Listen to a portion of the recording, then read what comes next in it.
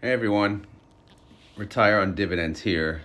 Today we will talk about yet another high yielding ETF that was brought to my attention in my Discord. So this one is called High. So obviously at first glance you would think it's a weed ETF, but it's not. It's actually just another options ETF that essentially sells spreads on different stocks. So let's get to it. So anyway, this ETF is by Simplify ETFs, as you can see on the screen. It's called High, ticker symbol HIGH, and it's Simplify Enhanced Income ETF. I mean, pretty simple. Simple name, simple ticker. The NAV is priced at $24.74. The price is only a penny over, so pretty cheap to buy. And if you look here, it just says on the website, the Simplify Enhanced Income ETF High seeks to provide monthly income by selling short-dated put or call spreads on the most liquid global equity and fixed income indices. Okay. Alrighty. So let's check out the fact sheet. If we look at, say, the key points, it's designed as a high-yield alternative with potential for significant income and low correlation to credit and duration risks. The fund writes short-dated option spreads in the most liquid global indices. We just covered that. Monthly distributions, no K1s. Great. All right. A lot of this is repetitive, blah, blah, blah, alternative, Again, the fact sheet. This just shows the current holdings, which, the allocation is mostly in treasuries and a little in cash. And they use those treasuries as collateral to sell calls or sell puts, which we'll get into. Okay, fact sheet. Nothing too exciting on this. There's the prospectus, which we'll get into in a second, which I have saved. They have a nice little video here, which I think is cool. I love when they have videos to talk about the fund, or at least, there's always videos about the fund, but this is like the company, Simplify's video about the fund, which is probably really good. I didn't listen to it though. Here's some information on this ETF. The expense ratio, which we all care about, is 0.51%, so not terrible. Again, they're doing options, so it's pretty decent in my opinion. Again, this is not financial advice. I'm not a financial advisor. This video is for fun and entertainment. And again, thank you for watching. Here we go. Distribution yield, 9.71%.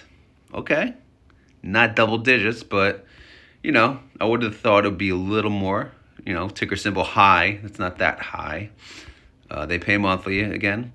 Their inception date was October 27th last year. So oddly enough, they're not that new. This talks about the management fees. They get a 0.01% for other fees. Okay, whatever. And scrolling down, historical premium discount. Who cares about that? This is their holdings, which we'll get into. Sorry for the scrolling. Oh my God. So I'm not going to go any further. So, as I mentioned, the prospectus is on the website, as always, but I did save that on my files, which I'll put onto my Discord. So this is their prospectus. It is dated, where's the date? Did I pass the date? It's filed October 27th, 23. Thought there was a date somewhere else. And then they combine, unfortunately, it's kind of a pain if you ask me, they combine all of their ETFs into one prospectus. I know YieldMax kind of does that too, but they don't have that many. Look at this. There's so many.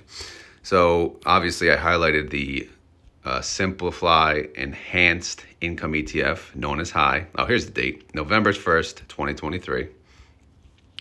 And look at this. This is the table of contents where they tell you, okay, page 51 has this information. But no, there's my correction. It's actually page 32. So if we scroll on the left side, you'll see the different pages.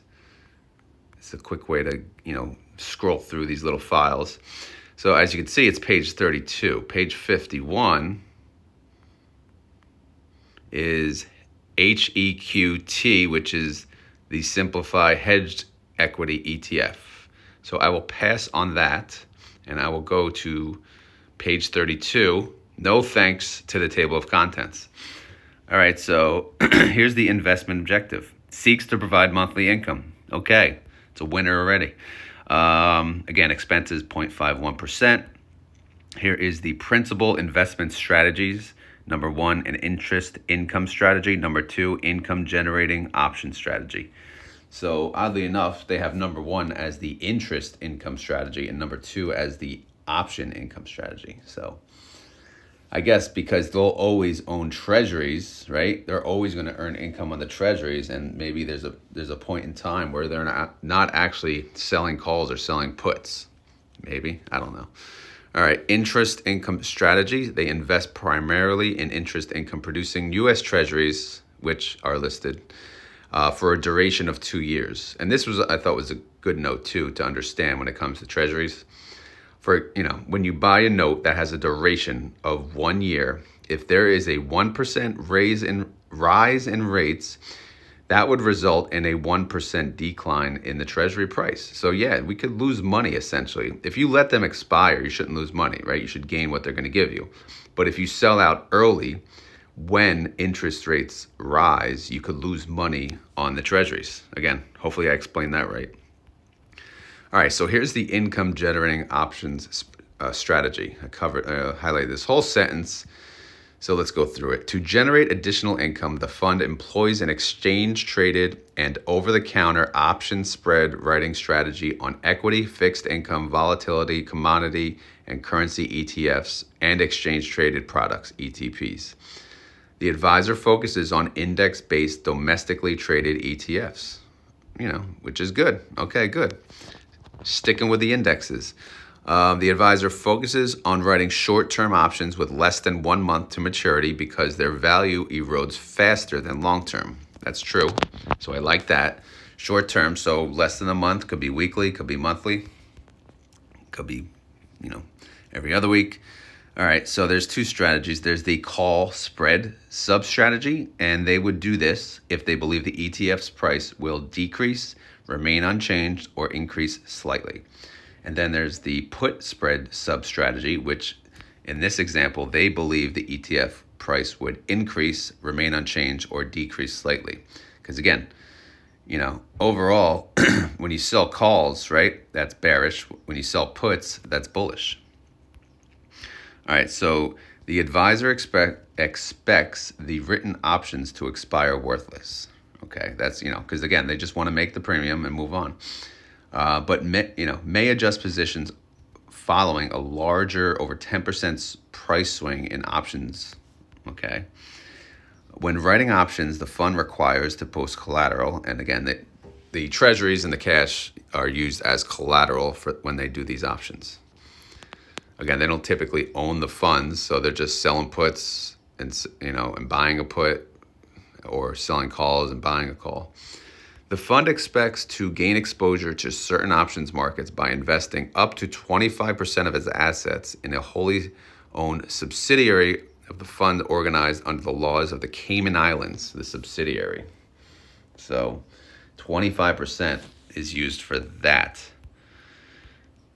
I guess it's because if you look at the last sentence, it's different rules and regulations, so there must be some benefit in doing so. The following describes the risks the fund bears. So as you can see, they have all these, there's many different risks, derivative risk, option risk, treasuries risk. So you can go through this file and see all of the risks that you'll be involved with if you're investing in this fund, which they have to include this. So it makes, perfect sense.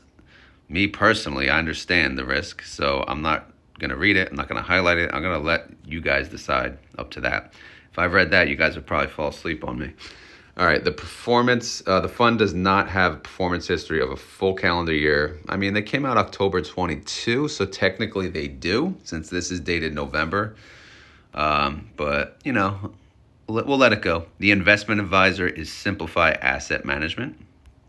Okay, good. Someone different. The fund will issue and redeem shares at NAV only in large blocks of 25,000 shares.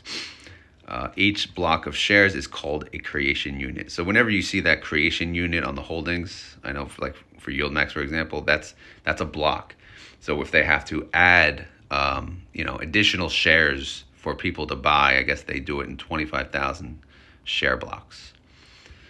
That's it. The next fund down is SAG. This is not even I guess it's in alphabetical order of the name of the fund versus the ticker, which is kind of stupid. But yeah, that's it for high. So I'll save this in my Discord if you guys would like to read this prospectus even further. If not, it's obviously on their website, okay? Now, going back to their website, they have holdings, right? So if you click holdings, click the file, and then you hit view, right? This is what you get. What a disaster. I mean, look at this. Every single ticker in one file. I mean, are they trying to make it so that we can't read this? Yes, I would say yes. I mean, EQLS, I could keep going for days on this, right? And you guys would get dizzy and you'd say, okay, I'm not watching this. But lucky for you, I saved this file and I sorted out, I deleted everything out except high. So let's go through it. So if you look, obviously this is fund name high, and there's not that many if you scroll all the way down. So if you look on the very bottom, rows 53, 54, 55, those are the treasuries, right?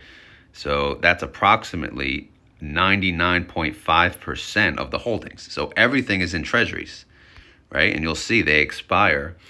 Both two expire in December and one expires in March. So, and they'll earn interest over time on these, and we'll get paid on that. Cash is a little amount, because again, they move the cash into treasuries as soon as they can.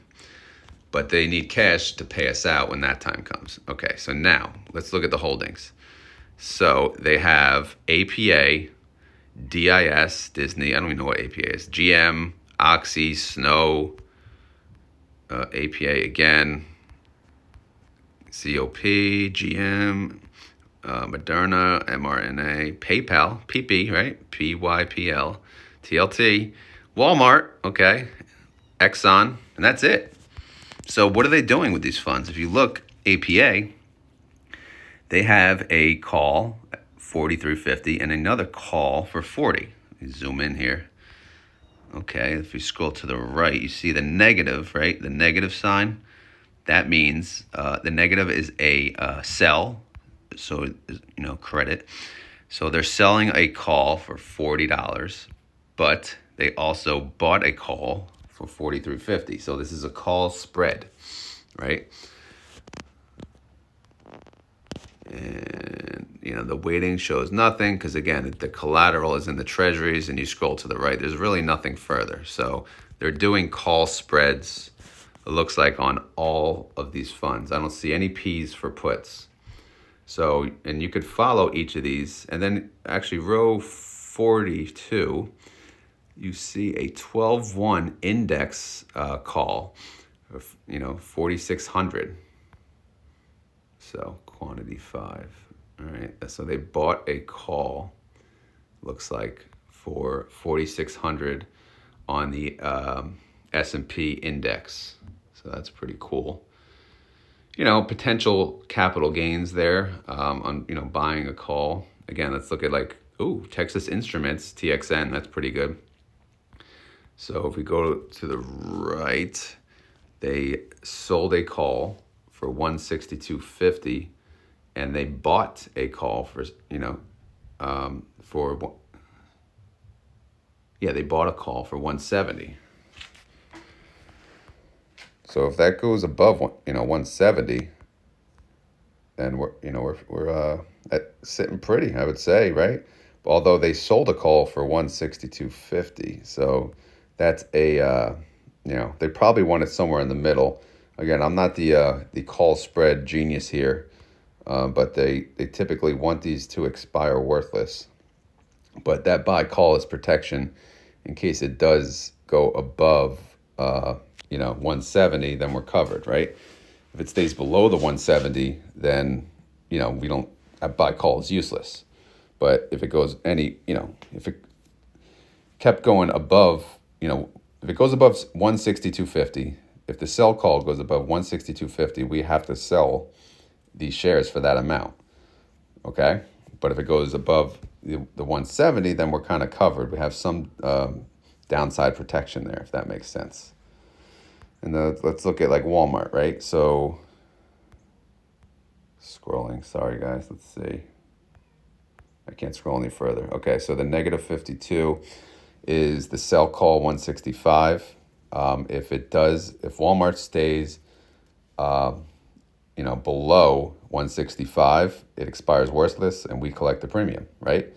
But they bought a call for 172.50 just in case it goes way over and beyond. And that's our downside protection. I believe their best case if it stays below the sell call price because it's fully, they'll collect the premium net of the buy call premium that they paid, which I assume is a lot less. So, that's the point of these. All of these are bearish. They want to collect the credit. They want it to expire worthless and move on. So no puts, but we'll keep an eye on that.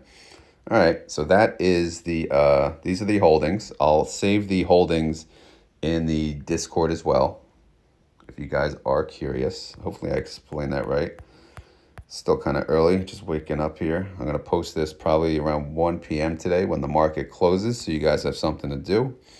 There's a couple other files. I didn't really get into them. The summary prospectus, if you guys don't want to go through my long file, that's a shortened version. But yeah, this is my opinion on this fund.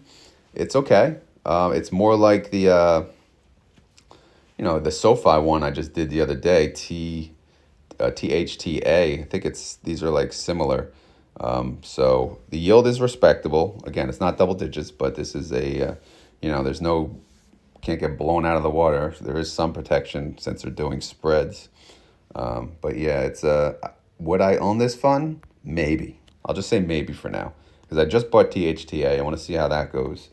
If these are the same exact thing, then there's really no point. It's just dependent on who's a better fund manager. Or I could just split them 50-50. But yeah, let me know what you guys think of this fund. If you own it, why do you own it? If you're going to own it, why do you plan on owning it? And if you hate it, why do you hate it? If you enjoyed this content, please click like. If you have any questions, let me know in the comment section, obviously. As always, not financial advice. I'm not a financial advisor. This video is for fun and entertainment. And I hope you enjoyed it. If you prefer, I do videos on other high-income ETFs. Please let me know, but please go through my playlist of ETF reviews before doing so, because I have done a lot of reviews so far. So if there's one on there, one that's not on there that you want me to do, that's a high-income ETF, let me know, and I'll do it. Okay? I don't know when, but I'll do it. But just let me know. All right? That's it for today, guys. I hope you guys have a great day. Later.